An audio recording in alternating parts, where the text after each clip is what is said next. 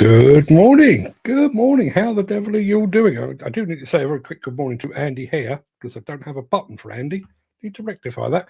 I'm going to rattle through the chat very, very quickly. Dan Cullen was first off the mark this morning, minute before we started. Morning, Dan. Good of you to join us. Gary Muirhead is here. Ken Hatter is here.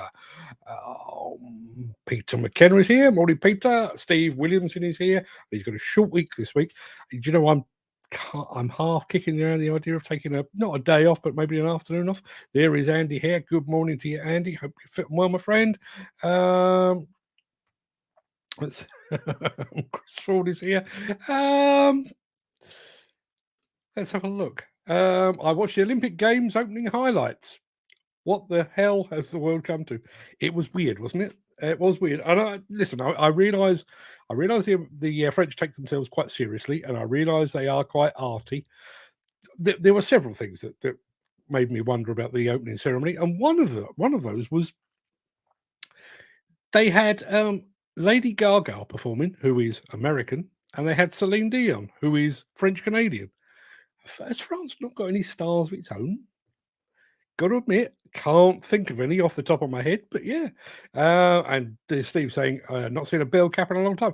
This one hasn't had an outing in quite some time, to be perfectly honest with you, but it's quite light. It's got one of the old mesh businesses going on. Yeah. The Prince of Bel hair. Well done. Well done indeed. We've already had a first guess on our mystery machine, which I can see is that. An Avant mini loader. It's not one of those. How's this? Greetings from the French Alps. From the French Alps, Mr. Lane, good morning. It is Bell as in the dump trucks as opposed to Bell as in the end of. But morning, James. Have we had anyone watching from the French Alps before? Not sure if we have. It's probably about time we got on with the show, isn't it? We've had another guess on the mystery machine. It's not one of those either. Today's going to be a bit of a toughie. Bit of a tough. Well, I say that. I think most of these are tough, but you always seem to get them anyway. I think it's all over bar the shouting. I didn't get a chance to check the maths, but I think Steve Williamson has already got this month in the bag. But hey, we shall see how it all pans out. I'll get to that in just a moment. But yes, just going quickly back to the Olympic ceremony. Not that great. Not that impressed. Didn't help that it was raining, which is, But the saddest thing, and I wish I could remember which country it was. Did you see the Americans arrived on a flotilla of ships? There was one guy in a boat on his own, basically a peddler. Yeah. Now here's. I wish I'd been on this trip. Just so you know, James Lane kind of does what I do. Only he does it more over in the agricultural side of things these days. James Lane, most random gift ever from a press trip from Bell. An ostrich egg in a box. An ostrich egg in a box. I'd quite like that. Big old omelette. Gary Muirhead is going for the JCB 506C. It's not one of those. I felt sorry for them sitting for 6 hours to watch boats. The other thing, and I understand the idea of showing off the entire city, and I like Paris as much as the next guy and everything else. The thing that made me wonder was if you are in a stadium for the opening of one of these things, everybody can see everything all the time. If you were part of the opening ceremony this time, if you were in one place, you might have seen a few boats and maybe Lady Gaga doing her bit. But then if you were in another bit, you wouldn't have seen Lady Gaga, but you might have seen some other boats and a rock band playing up on high. It's very weird. Very weird. Mystery machine. Mark's car. That's a thought. Thought it was good. I liked the horse. The horse was very good. Yeah, the horse going along the water was very good. And there's Steve saying exactly the same thing. The horse was cool. I was thinking that must have took some amount of work to get it to gallop like that. Absolutely. I think that probably covers it. We've got another one of those shows today where it's we've got a tail end on it. I keep saying I'm not going to do this every day, and yet every day I say that I'm not going to do it every day, I do it again, which is slightly weird. But Alex Latham has just joined us as well. So Alex, you were just in time for the pomp and circumstance that is the actual show itself. So let's crack on, shall we?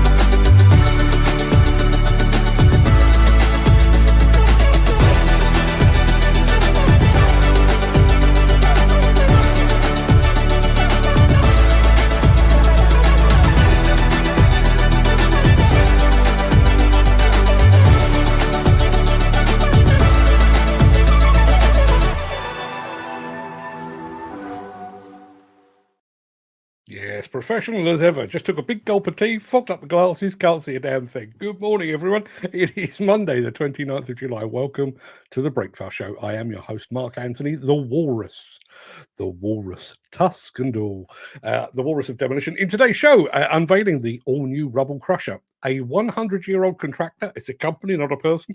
They've opted for a Volvo. We've got a new name in the skid steer arena. And there ain't no screen like a flip screen. Plus, in our after-show news discussion, we're going to be looking at what is potentially the biggest waste of money in the entire demolition and construction industry.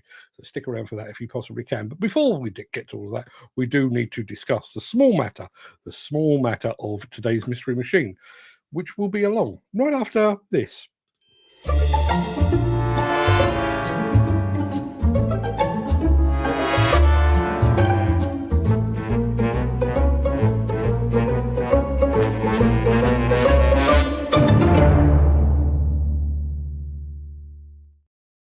I've already keyed this up a little bit. This is one of those, I think it's one of those, if you know it, you'll know it almost instantly. If you don't know it, we could be here till Christmas and you'd never get it. So let me show you exactly what it is you have to work with. There is a part of the mystery machine. What do you have on that, people? What do you have on that? Is anybody looking at that and thinking, yes, I know, I've got one of those or something similar? I'm going to say a very quick good morning to Lou Carney, she's done the Andy Dalvell arrival. She said, morning, and Mick Norton's here as well. Incidentally, Mick, that thing that you sent me over the weekend, the greatest use of AI to date, I would say. I won't bore you, people, because obviously it's a bit of an in-joke, but Mick has written a letter to a training organisation, and his son put it through AI to make it sound like William Shakespeare had written it. Verily and forsooth, 'tis a work of unbridled genius. So, yes, there is your mystery machine. Anybody got any thoughts on that? While you're trying to figure that out, I should probably remind you very quickly of our question of the day. So let me take that away and let me press this here button here.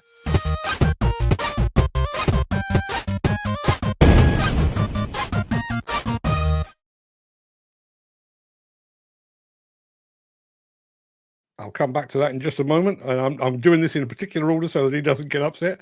Tristan May's just joined us. He is not the most disappointing thing I've ever seen. He's the most amusing thing I've ever seen. He's just said, morning, Mark, hope that you are all well. He means all of us. Certainly fitting well here, my friend. Good to see you here. So, yes, we've got a mystery machine, and we've also got the question of the day. So, here's a slight aside. Steve McFadden looks similar to Nick Drew. Does he?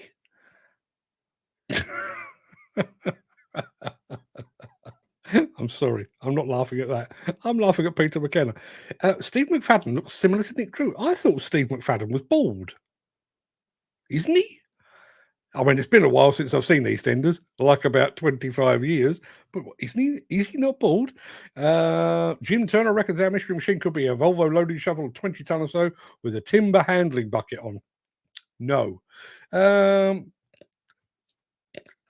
Tristan Mays has just said, in relation to Dan Cullen reckoning that Steve McFadden looks like Nick Drew, he says, has Dan been smoking crack? He looks nothing like McFadden. But here's the reason I'm chuckling away to myself. Our question of the day is, what is the most disappointing thing you've seen? Straight away, Peter McKenna says, my penis in the morning when viewed in the mirror. Okay. Yes, just to remind you, our question of the day is quite simply this. What is the most disappointing thing you have ever seen? Could be a place, a movie, a show, sporting fixture, but something you were looking forward to seeing, but that left you thinking, personally, and I struggle with this one. Personally, I'm going to say the pyramids. Now, admittedly, I didn't get to Giza. I didn't get to the Valley of the Kings, rather, but I did visit a pyramid while I was in Cairo many moons ago. They built a dual carriageway alongside it. It was covered with litter, and the beggars and scam artists outnumbered the tourists. Rather than leaving thinking I've just seen one of the wonders of the world, I left thinking the Egyptians could do with a cleaner. What about you? And I'm saying that as a person, the one bit of history that I enjoyed while I was at school, ancient Egypt. Loved me a bit of ancient Egypt, Tutankhamun and Ra and all of the stuff. And there you are. You get an opportunity to go and see a pyramid, and you look at it and you just go, could do with a bit of a tidy up round here, people. Never mind walking like an Egyptian, start cleaning like a proper person. Yes, just going back to Steve McFadden and Nick Drew, the most unlikely lookalikes in the entire world. Up close and personal, he is not as big as he is on TV. If you're talking about size or stature, yeah, I can understand that. Let's have a look. Crystal Mace just said, my friend went to the pyramid, said it was disappointing because everything good was in the British Museum. Maybe that's what it is. Maybe that's what it is. But I mean, literally, when I took a taxi drive or a taxi ride, I was tucked away down in Cairo somewhere. I was staying at the Hilton. And I asked at reception, what's the nearest pyramid? Because that's the conversation you have. And they said there's one just up the road. So got myself a taxi, went up there, and it was like, yeah, oh yeah, a lot of rubbish here, a lot of rubbish here, and a lot of scam artists.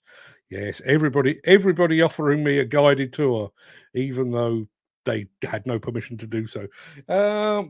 Apparently, Mystery Machine could be the John Deere Forester. It's not one of those.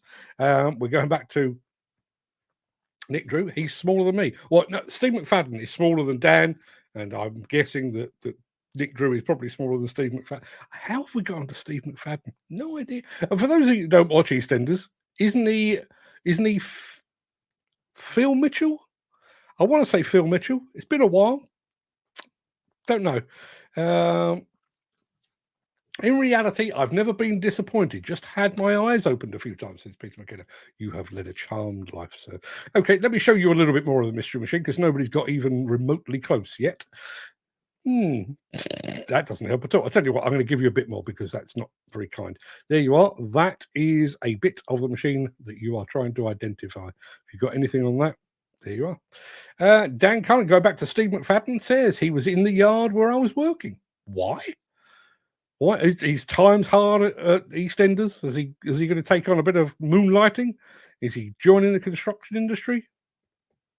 See, in my head, I think the last time I actually saw EastEnders, he was falling down drunk. We don't want his type in the industry, do we? Jim Turner says, most disappointing thing he's seen, Playmobil Land in Malta.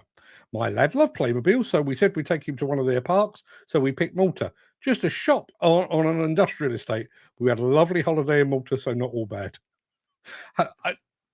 This comes up every year. Have you noticed these things that pop up around about Christmas time? For those people that can't afford or refuse to pay the extortionate amount of money it takes or it costs to take your children to Lapland to meet Santa Claus, there are UK alternatives, which is usually a guy in a cotton wool beard in a field somewhere. Every year, without fail, every single year, there is someone in the Daily Mail. We paid £30 per head to go and see a man in a cotton wool beard. Yeah.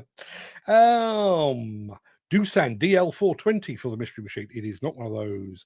Peter McKenna, a 2021 Handymax LY 18 mini excavator, 1.85 tons. So specific. So wrong. No, not one of those at all. We'll come back to it because we do need to crack on. And we're going to crack on with something new. You could decide whether a new Rubble Crusher is hot or not, if you so decide. Let's have a look. Let's play one of these.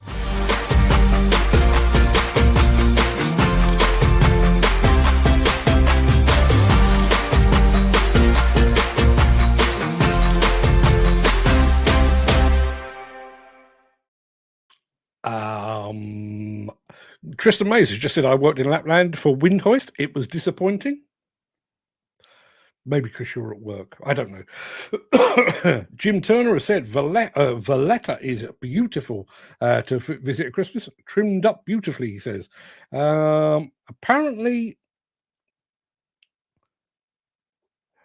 he bought a scissor lift as he can barely walk to lift him up to the door of his house. Did he?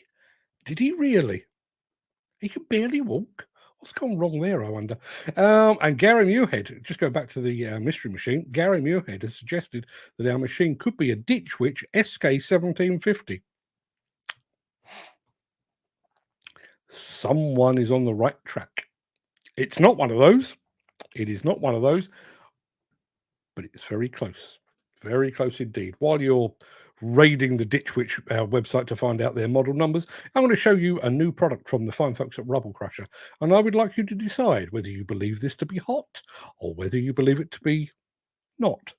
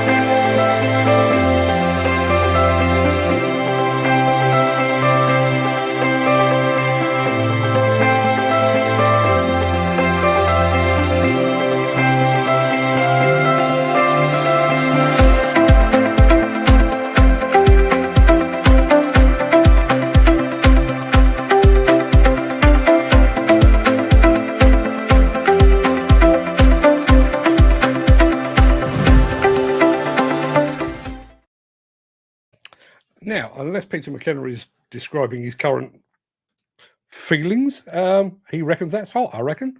I think that's what he's saying. Chris Ford says, ideal for small areas where production is not an issue. Totally agree. I can tell you, we have a winner of our mystery machine for today. Won't affect the top of the table, where I think we've now agreed that Steve Williamson has an insurmountable lead. However, we do have not just a winner, but a new winner. Yes. Gary Muirhead set us on the right path with Ditch Witch SK1750. He then came back himself with a Ditch Witch JT24, but it is not. It is, as identified correctly by Mr. Peter McKenna. It's one of those. It's a Ditch Witch SK3000. Yep, that's what it is. Let me show you just to prove that I'm neither myself nor Peter are lying. There it is. In all its glory, the Ditch Witch SK3000. Peter, I'm just putting your initials against 3 points on the league table, which in a couple of days' time, I will actually show you the league table, just show you exactly how it all panned out. And there it is. Dan Cullen saying, well done, Peter. And there's Gary Muirhead, who started the ball rolling, saying, well done, Peter, as well. As I say, it's all over. All over bar the shouting. The fat lady is warbling away in the background. Steve Williamson has definitely got this month in the bag. But well done, Peter. Fantastic job. Should we crack on? I think we probably should, because there's a rant at the end, like there seems to be most of the time. I'll be back in a moment. If you are enjoying this episode, please consider supporting the show.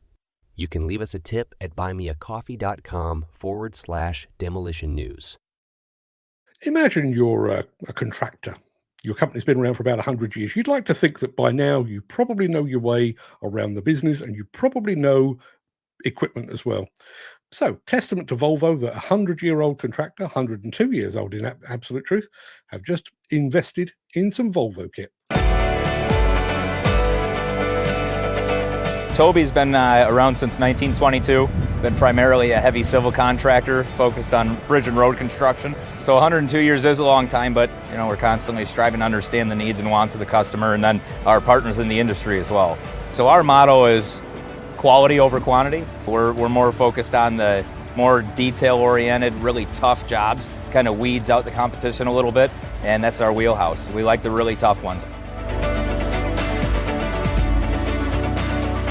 This is a main thoroughfare through Lansing. It's about a 4-mile stretch of highway. We've got 18 bridges that we're reconstructing on this job. All of the underground work, redoing a bunch of the drainage. We're repaving the concrete. There's a lot of challenges with the bridge work, and we're working over railroads and next to live traffic as well. We have 19 excavators, 10 dozers, 8 rollers, 5-6 loaders, and 8 cranes. Productivity and reliability. We really need the machines to stay up and running.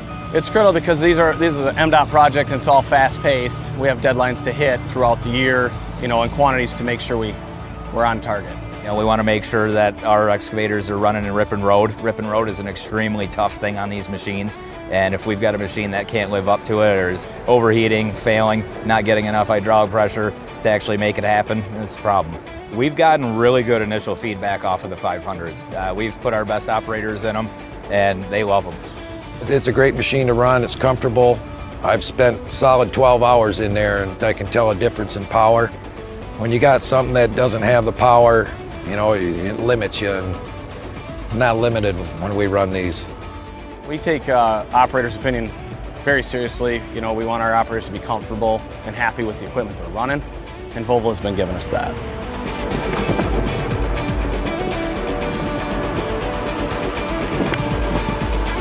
Construction's an insanely competitive business, and then DOT especially. There's some really strict timelines. Our schedules are really tight. You know, obviously we're on the Motoring Public's dime, and we're on the Motoring Public's clock as well.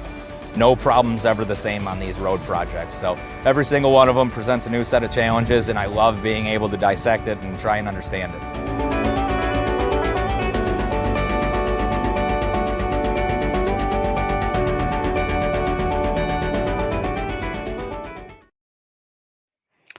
Very smart. I'm going to throw over to Steve Williamson, who says East Coast Demolition. Our friend Ricky Webb said East Coast Demolition purchased a new style Volvo. I think I saw this on Instagram, actually. I think it was a 502. Street boom. Very smart as well. EC500 must be the American equivalent of the EC480. Can't beat badge engineering. Yeah, well, we are looking at new nomenclature with the Volvo range as well, aren't we? Because the F series that isn't called the F series is now live and available. Companies need to listen more to on operators. We are the ones driving them all the time. Stick around for the end of the show, Steve. That is remarkably valid. Dan Cullen says that is some kit. Going back to the Mystery Machine, Peter McKenna first took about. I love this from Chris Ford. He says the Mystery Machine is like internet bidding. You think you're on the right track, and then whoosh, out the window it goes. Yeah, I've been there a few times. And then Peter McKenna. This kind of ties into the end of the show as well. You know, looking out for operators and stuff. When you're told by the agency you've got 3 weeks' work, only to be told by the site you're on, sorry, pal, that machine is off hired tonight. Right hand and left hand, people. Right hand and left hand. And how are you supposed to plan your time, plan your income, pay your mortgage or your rent when that's going on? Really? That in this day and age, bearing in mind, you know, modern communications, you can keep everybody informed of everything with the press of a button. Sometimes you don't even need to press a button. If you're sensible enough to use a bit of AI or automated systems, you don't even need to do that. And yet we've still got people being sent off on wild goose chases. I despair sometimes. I'll be right back after a bit of this.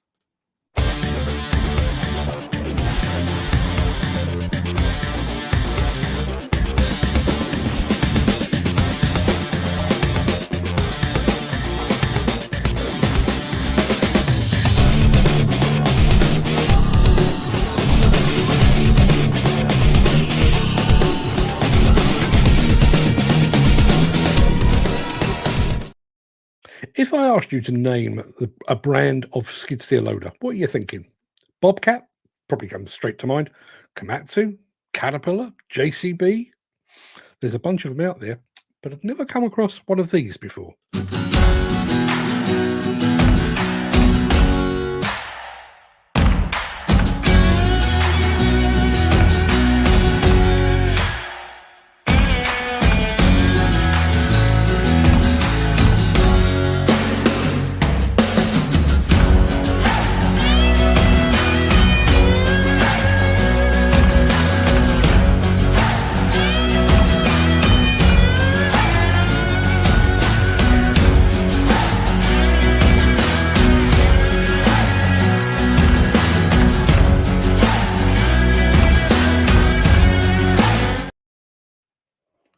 Did that just freeze on anybody else?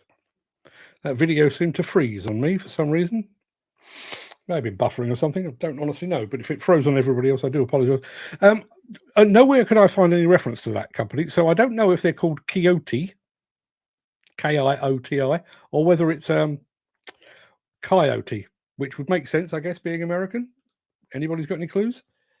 Has it frozen? Yes, I think it probably did. I'll go and find a better one. We'll do that again at some point in the future. But that often the case. This goes back to what who was it? Chris Ford was saying. You think everything's going smoothly? I've already tested all these videos this morning. They've all been played from start to finish. You go live, you press the button, and it freezes. Nothing you can do about it. My apologies for that.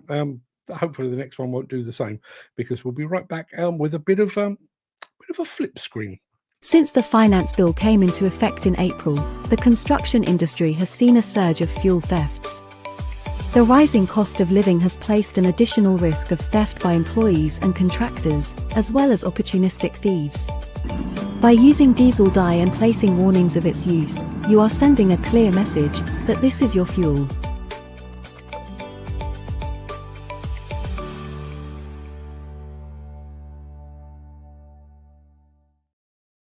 Peter McKenna straight on to Google saying Kioti or Coyote is Daedong Hyundai. It's another bit of brand engineering. Badge engineering, should I say. Yeah, very, very strange. Our question of the day today, which we are now aware of, is what is the most disappointing thing you've seen? Dan Cullen says, the new Hyundai. Worst machine ever operated. Really? That sounds like quite a statement. But then again, I've operated some proper dogs in the past. If I said to you flip screen, you'd probably be thinking about a mobile phone. Not necessarily. There's this type too.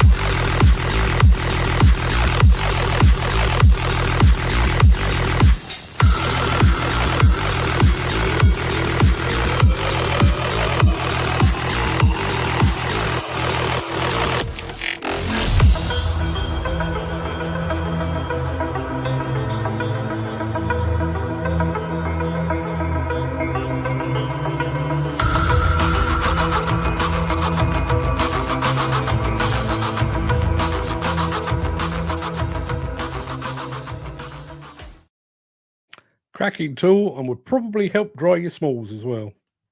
I've never tried that, I hasten to add.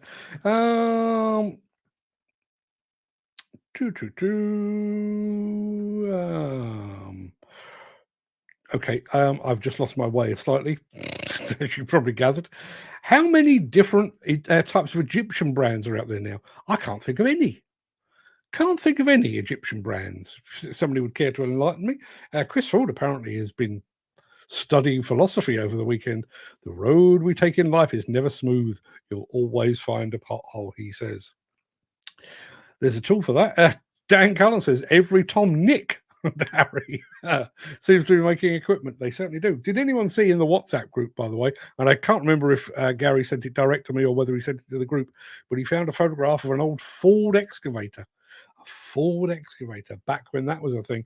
Chris Ford says, I wonder what the gyroscopic effect has on the machine. Wouldn't want to do a heap of 500 tons with it. Yeah, I would imagine. Well, I mean, Steve Williamson has actually operated it. What is the effect? Because the churning of that much material, I would imagine there's a bit of that for the operator, but what's that doing to the machine? I wonder. Steve Williamson says, was demo driving that attachment a Balmer? Only good with dry material, he says. Mesh can be changed to different sizes. It can indeed. As I say, I'm quite fond of that product, largely because whenever we feature it on Instagram, loads and loads of people seem to like it, which is always nice. Dan Carter says that's hot, saves lots of bucket rattling, shaking the machine. Indeed, and I think if you're coupling that with a quick coupler of some description, so you can literally put a pile together, whack off the bucket, whack on one of those, do a bit of sifting and sorting, put the bucket back on. Happy days, all good stuff. Right, people. I'm going to roll the outro in just a moment before leaping gazelle-like over into the chat to see what you're all saying today. If you can't stick around for that, then please stay safe. Look after yourself, your family, your friends, and your colleagues. I hope to see you again very soon. But if you do have the time and the inclination, please stick around. I'll be back with the crack, and then after that, I'll be getting into what I believe to be one of the biggest wastes of money in the entire demolition and construction industry. If you fancy a bit of that, stick around. I'll be back just after our friends at MB Crusher.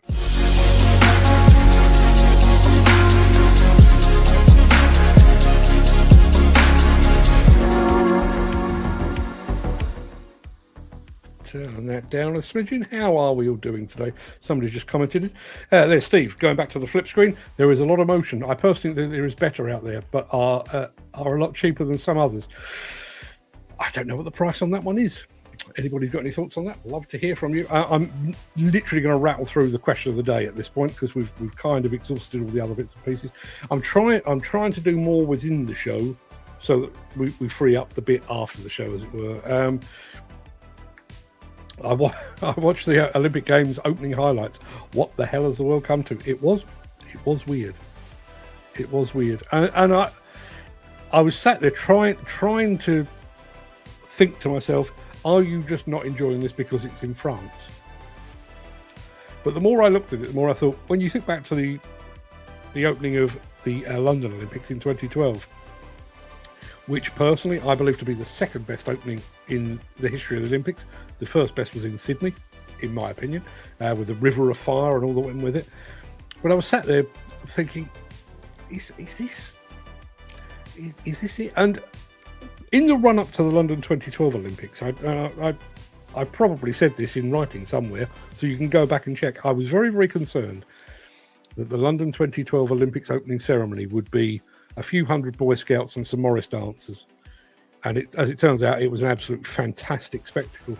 Whereas the French one was a bit like a few hundred Morris dancers. Dancing firemen. You've got an endless budget. You've got the a billion eyeballs watching you, and you bring out the dancing fireman. Really? Is that honestly the best you can do?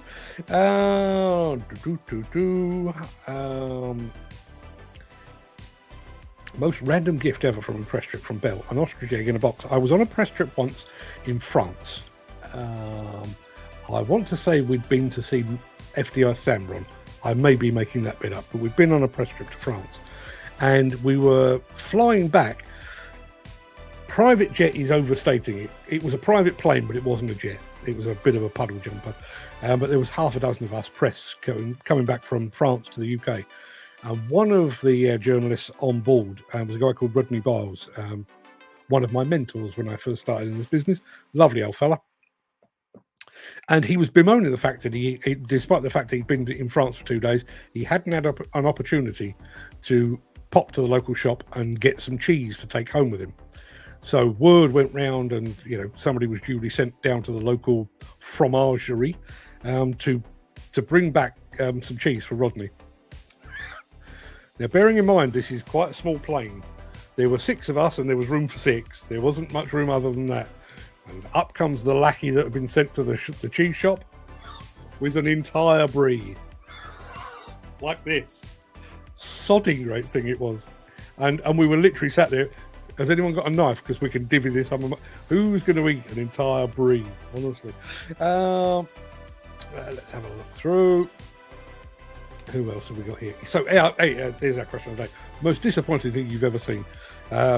Several West Ham performances would ride fairly high on that. England in any World Cup since 1966, possibly. But the pyramids.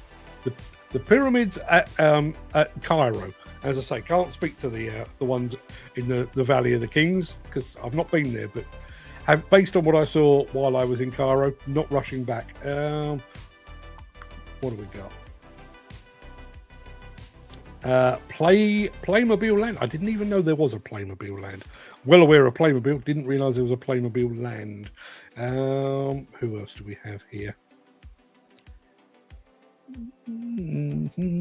Yeah, Mystery Machine, correctly identified by Mr. McKenna as the Ditch Witch SK3000.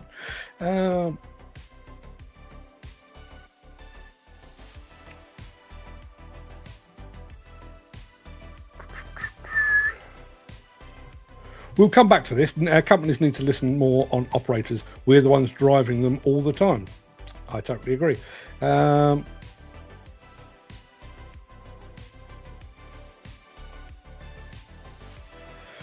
Chris Ford says, sitting in a mock-up of the Apollo space capsule. It was crap. I've not done that, but I have done. I've been on board, HMS Belfast in London, but I'm also been on board. I wish I could remember, but it was a U-boat. I was in Germany. I went on board a U-boat. Just claustrophobic. Chris, 84, says, I'm watching you from Switzerland. Morning, Chris. Thank you very much indeed for tuning in. Good to see you here. I don't speak French or German, but as you've typed your message in such perfect English, I'm going to go with good morning. There's a lot of motion. We're going back to the flip screen again. So that's all of that. I'm going to take the music away, because we have music of our very own.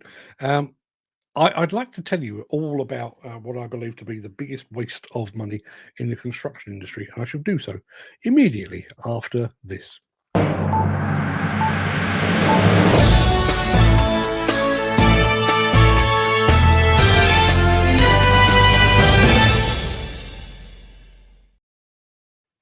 Let's say that someone works within the demolition or construction industry for 40 years, an entire career.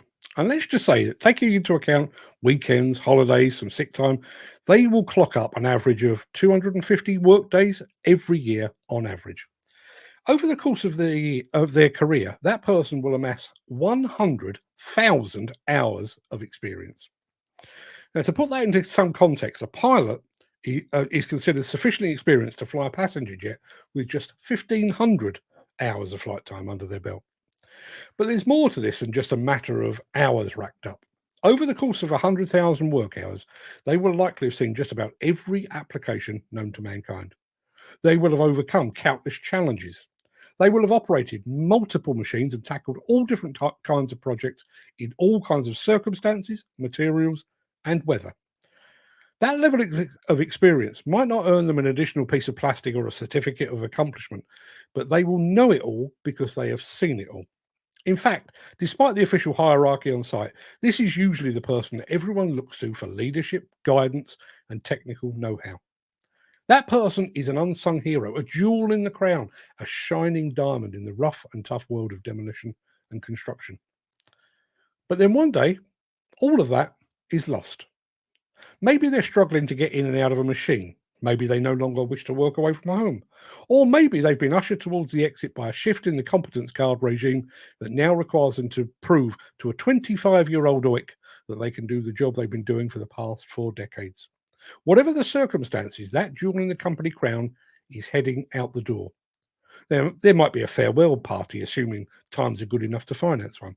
There might be a parting gift. There might be a photo opportunity with the owner of the company. And then they're on their way.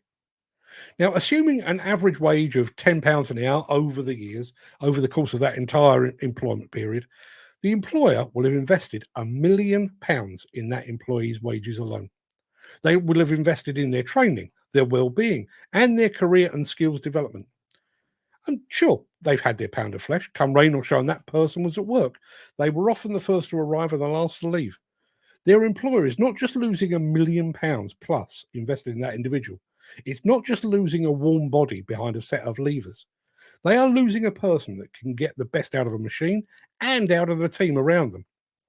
And worst of all, they're losing 100,000 hours of accumulated knowledge, wisdom, and experience. All of that could be imparted to the next generation. It could be used to knock, it could be used to knock the rough edges off of industry newcomers. It could be used to help turn a good young operator into a great one. They could be used as a backup troubleshooter, supporting teams on site as and when the need arises. And they could act as a mentor to young men and women joining the firm, turning each one of them into a valuable and productive member of the team far more quickly. Now, here's the thing about writing. Although we try to hide the fact, we don't always know exactly which direction a story or an article might go. And when I first started writing the intro, I didn't know what the outro might look like. And that was certainly the case here. I was originally inspired to write this to hopefully encourage more mentorship within the industry. But once I started, I was just reminded of the crass stupidity of the industry's training regime that will require somebody with potentially 100,000 hours of experience to prove that they're capable of doing their job. Thanks to the money-grabbing ways of the training firms and those they answer to, our man or woman with 100,000 hours experience could be stacking shelves at Tesco very soon because someone somewhere believes they need an NVQ. An employer may have invested upwards of £1 million in wages over that person's working life, but they're about to see that £1 million go up in flames because a pen pusher somewhere has shifted the training goalposts. If you've invested £1 million in retaining the skills and expertise of a person, the chances are you already know they can do the job and to an exceptionally high standard. But now they're required to prove it. Now, I've based this theoretical rant on a single person, but imagine if you extrapolate that out across the entire sector. If there's a 1,000 individuals like this, the industry will lose £1 billion worth of knowledge and expertise straight out the gates, never to return, just because some bright spark in a suit thought it would be a good idea. If there's 10,000 people in this position, that's £10 billion worth of experience that is about to stack shelves at Tesco or just retire. On the basis that this might actually impact tens of thousands of people, that might be the single biggest waste of money in UK construction history. And all because somebody has a hard-on for the MVQ. Right, over to the chat. See what you're all making of that. Back to work, says Dan Cullen. Chat tomorrow. Good stuff. Roasting here, 22 degrees. Yeah, it is warm out there today. I have to admit, my original idea was to start work in a shirt this morning. Picked up the shirt, thought that feels a bit heavy, so went with the t-shirt. But yes, going back to the rant there, and I'd love to get your thoughts on it. If there are, as I say, if there's 1,000 people out there that have racked up 100,000 hours, which is not exactly hard over the course of 40 years, and bearing in mind, 40 years would take you from the age of 20 to the age of 60. There are those that have started in the industry 4 or 5 years earlier and that may well work until they're 65, 70 even. So my 40 years could actually be 50 years, in which case, that we'd be talking more than 100,000 hours of experience. And we just allow that, like sand, to trickle through our fingers. And you imagine what those people could do. You imagine the amount of guidance and leadership they could impart. And I one of the things that I'm always very conscious of whenever I'm talking about this is not just, I will teach you how to pull the levers on a machine. It runs way, way deeper than that. I've worked with people, not in construction, but in journalism, that didn't just make me a better writer and a better reporter and a better journalist. They made me a better person. They grew me up a bit. Once I'd got myself a girlfriend, moved in with girlfriend, married girlfriend to become wife and everything else, I didn't have the influence of my dad on a daily basis trying to guide me in the right direction. But I had people around me, people like old colleagues, Andy Pring, Jerry Gosney, Adrian Barker, people like that would actually, they made me a better writer, unquestionably. They made me a better journalist, unquestionably. But they made me a better person. Jim Turner, excuse me, Jim. Sorry. This is where apprenticeships and mentorships come in. But the key is putting the right people together. I've had folks working with me that were lazy, cocky, or just twats. I hope you don't mean me. I mean, I qualify under all of them, but and I taught them fuck all. But good people will get every bit of help I can possibly give. I think part of this is that ability of people to spot skills, and I realise those of you that aren't of a sporting mindset, I know I fall back on football analogies on a regular basis. think about that from a football point of view. You know, there are certain players that have blossomed because they were under a certain manager. You think back to the old Manchester United team when they had Ryan Giggs, Nicky Butt, Paul Scholes, David Beckham, Gary Neville, Phil Neville. You know, all of those were rising stars. They were all big stars in their own right, particularly Beckham. You know, they could have gone off the rails quite easily. They could have ended up, you know, ruining their careers. But they had the good sense to be with a good manager. Very strict manager in Alex Ferguson, Sir Alex Ferguson, but he kept them on the straight and narrow. And that mix of raw talent and managerial experience made that Manchester United team what it was. The same applies here. You know, if you've got an operator who turns up for work when he feels like it, doesn't turn up when he doesn't feel like it, you know, he's lazy, he's cocky, he's a bit of a twat. There's no point, you know, no amount of mentorship or additional training is going to change that. But if you've got somebody that you can look at and go, actually, he's already pretty good, or he's got the right work ethic, he's a bit rough around the edges, you know, a bit wet behind the ears, but he's got the right work ethic. Put him with a Jim or a Gary or somebody, and let's mold them into a. And think about that from the transition point of view. You know, sooner or later, our man Jim, our man Gary, our man Steve, all of you guys will retire. There is a very real possibility that you won't just leave a gap in the seat, you will leave a gap in whatever company that employs you in their workforce. But imagine if somebody 4 or 5 years before any of you guys are due to retire, somebody has been buddied up with you, you know, and they are required to shadow you and learn from you and everything else. So when you do say, that's enough, here's my hard hat, I'm off to go and put my feet up on a beach somewhere, the transition is as smooth as silk, because, you know, all of your experience has been packaged up and jammed into the ears of the person that's going to take your place. Steve says, plate testing roads today, feet up Monday. Very nice too. Dan Cullen says, very interesting rant. These MVQs are a complete waste of time and money, as many newbies that have them haven't a clue and are only in it for the money. Many don't listen to advice. So here's the thing. And I realize this all comes down to whether competence cards actually prove any form of competence, which you all know by now. I don't believe they do. If you've got an operator of 20, 30, 40 years experience, is the addition of an MVQ going to make them better? No. If you've got somebody straight out of school and you've sent them off on their course and they come back with an MVQ, does that make them good? No. If you've got somebody that's got 5 years under their belt and you send them for an MVQ, is that going to take them from reasonable to good or to great? No. It's not going to change a damn thing. Not going to change anything at all. Apart from the fact that somebody's going to have to pay for it somewhere along the line. Tristan Major said, so the likes of Select Crane Hire did something like this. They put the apprentice with an older generation to learn everything after doing the C Crane course, except they found that the older generation wasn't as woke as the company, so they stopped that. But again, you know, I have my own personal beliefs on wokeism and all that goes with it.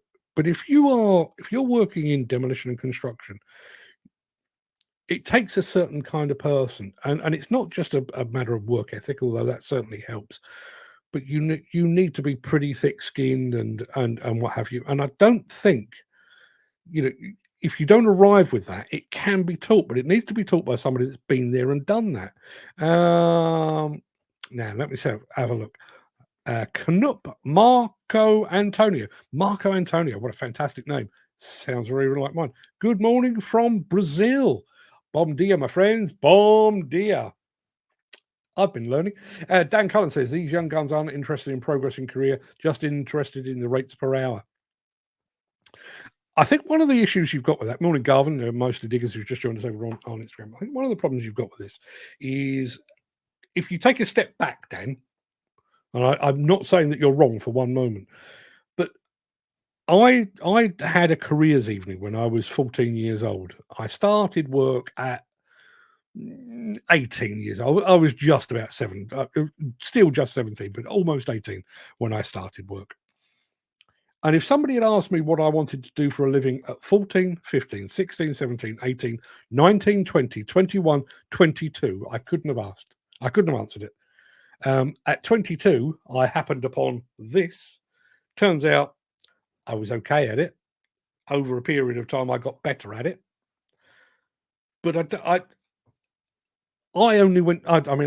My dad always used to say, I only went to work for beer tokens. When I was 18, 19, 20, 21, yeah, I absolutely did. Absolutely went to work for beer tokens. All it did was fund my lifestyle. Kept me in new fancy trousers and fancy shirts, silly haircuts, and beer. That's all it did. At no point was I sat there thinking, yes, this is the career for me. I shall dedicate my entire existence to being the best that I can be, whatever it is. Never occurred to me. It's only when you get a few years in and you think, actually, this job's doing good by me as I'm doing good by the job. And I think you take that with you. Jim Turner says, my lad is a prime example. He's got natural talent on machines, always had it from being a nipper, but he had a bad attitude and a work ethic that doesn't come up to my standards. So I won't have him with me. It's a tough one, that. Bizarrely, and my dad always thought that I was lazy, and then ultimately had to admit that that was just me being young, I think, because now I work all the hours that God sends. And my eldest son, Ollie, described me once as the hardest working man he'd ever met.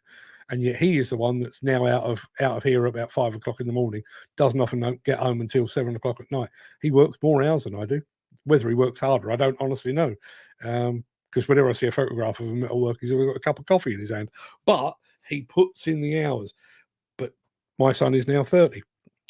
I think it comes with maturity and responsibility as well. Don't forget, and I'm not condoning the use of drink and drugs and anything like that, but when you're 17, 18, 19, you basically live for your weekends, don't you? I did. I'll be the first to admit it. I used to go out on a Thursday night, Friday, Saturday, Sunday, and then I'd basically be hungover from Monday until Wednesday again. That was, and all that I did, everything that I did for work, whatever job or role I was in, all of that just contributed to me going out at the weekend and getting tanked up and having a good time. So I'm well aware of that. But you stir into the mix a bit of responsibility. My oldest son is moving out in about a month's time. I'll be hands on heart. I don't particularly want him to go because I'll miss him. But he's got to make his own way. But making his own way, he will have responsibilities. He will be paying all the bills. He will have to pay the rent and pay the council tax and everything else. So he's already got quite a work ethic. I reckon that's going to make him better or worse, depending which way you cut it. Tristan May says, Crane Hire got in the way of my social life. Yeah, work did. I mean, that was, there are many, many reasons that I don't drink anymore, but one of those was precisely that. I had an agreement with my dad when I was 16, 17. There was a nightclub fairly close to where I lived. And I said to my dad, I'm going to start going to this thing because my mates were going. And he grudgingly said, yeah, all right, you can go. He said, but the first time you're late for work, that's it. You're not going again. And I never was. Never once was I late for work. Did I go to work drunk a lot? Quite a bit. Roll in at 3 o'clock in the morning, get about 3 hours sleep, put a brush through your ear, walk out the door and go and do it all again. So the rule was there for a good reason. My application of the rule, not such a good reason. Jim Turner says he's still only 17, so he might come around in a few years. I'm sure he will. If he does, I'll start passing my knowledge on to him. If he carries on being a twat, I won't. In this life, you reap what you sow. Yeah, and I think sometimes we are a little bit harder on those around us. I've worked with some proper dicks over the years, but they're nothing to do with me. And I've many of the wisdoms that I've imparted to my children. One is they're just people you work with. They're not your friends. They're not lifelong partners. They're just people you work with. You go to work, you tolerate their bullshit, and then you go home and you get on with your life. And I do think that kind of attitude makes you more tolerant to those that you're forced to work with. But if it's your own family, it does feel like they are lazy so-and-sos. And listen, I mean, I keep going back to my eldest son. I once asked him to tidy up his room because he'd taken off his clothes and just dropped them on the floor for several weeks. And he had a bedroom at the top of the stairs in our old house. And there were piles of underpants and socks and trousers and jeans and whatever. I said, come on, mate, get this all down so we can get it washed. And he stood there and basically shuffled from one foot to another. I'll kick a sock. I'll kick another sock. I'll kick a pair of boxer shorts. I'll kick a pair of jeans. Until he'd made a pile, a 2 foot high pile at the top of the stairs. And then he just kicked the entire lot down the stairs. Not once did he think to bend over. Not once did he think to bag them up. Not once did he think to carry them down. He just kicked them into a pile, kicked the lot down the stairs, and considered he had done a good job. Yeah, I know what would have happened if I'd have done that back in my day. I'd have gone down the stairs with the clothes, I think, with my dad's boot up my arse. Who's that? Shrek Group? Enjoying my article today. I don't even know if I mentioned this. I've got a new article out today. I probably didn't mention it. I'll put a link to it. And Drowning in Red Tape. If you were here last week, you probably already know this. I was talking about all of the bureaucratic hoops that demolition construction companies are expected to jump through. That's the article about it. Garvin said, should have gone into football with those skills. Yeah, he wasn't good at football. Wasn't good at football at all. He would tell you otherwise, but he really wasn't. Exactly, Mark. My son is a let me try that with my teeth in. My son is a representation of me, so he has to be better than other kids on site. But he's not showing me up straight away as I'm the one. If not, he's showing me up straight away as I'm the one that would have gotten the job. Yeah, that is always a concern. That is always a concern. I have to admit, many moons ago, I'm 7 years older than my sister. So I was properly out in the world of work while she was still at school. And I got home one afternoon and, I think she's about 15 or something like that. I've got to go and work somewhere. I've got to do, what do they call it? Work experience. Can I come and work at your office? Now, bearing in mind, I was at the time I was working for a multinational publishing company, but I went in, had a word with the editor and said, any chance? And he said, yeah, not a problem at all. And from that point on till the point she started, I was terrified. Because, I mean, my sister's fine and she's always had a decent work ethic. But you have just put your neck on the line, haven't you? If she'd have turned up and started effing and jeffing around the office or deciding to have a relationship with somebody in the office, that comes back on me. Thankfully, none of that ever happened. She was as good as gold. Did it put her in the publishing business? No. Scared her off for life. Rightly so, I think. Okay, people, I think I've probably said enough for today. I think that will do us. If anybody's got anything else they'd like us to discuss, I do want to get into tomorrow, unless something else pops up on my radar screen. One of the things that I'd like to discuss is basically political promises, and a lot of it plays back to the fact that we were promised 40 new hospitals by Boris Johnson. We didn't get any of them, and obviously we are about a month into a new government, and they promised us improved roads and improved stuff. Turns out they've just seen the black hole in their finances left behind by the previous incumbents. So that's not going to happen either. Going to have a bit of a chat about that tomorrow, probably. Morning, Mark, says Mark watching. I need to get my MVQ before December to keep my CPCS card valid, which I wouldn't mind doing if that was that until I retire. But I'll still have to jump through hoops every 5 years to keep it valid. What is the point? What is the point? What is the point? And two questions on that. And I know I come at this from the same angle every single time. But Mark, I don't know how long you've been doing what you do, but you're well into the career. When you've done your MVQ, assuming that you go ahead and do it, do you think that's likely to make you better? Are you going to go into your MVQ testing as an average operator? And I'm not suggesting you are. And come out the other end much, much better? Are you actually, it's not like you're going to have letters after your name. Are you going to come out the other end of that thinking, yes, I thought I was good before, but now I am unquestionably the dog's doodahs? Or is it not going to change anything? I'm kind of going that way. The other one goes back to the point we were making last week about asbestos awareness training, which is an annual update. Over the course of the past 5 years, now bearing in mind we had COVID in the middle of all that, so since 2019, Mark Whiting, I'm looking at you. Since 2019, have you forgotten any key parts of your job? Have you ever turned up for work and thought, do you know, I've completely forgotten how to drive this piece of kit? Or has anybody ever said to you, Mark, you need to go and check the oil levels on that machine, and you've gone, I can't remember how. That knowledge appears to have fallen out of my head. If not, why are we renewing cars on a 5-yearly basis? I think we all know the answer to that. It's not to the benefit of you, Mr. Whiting. It's not to the benefit of your employer, Mr. Whiting. It is to the benefit of somebody in a suit dictating and earning money from training.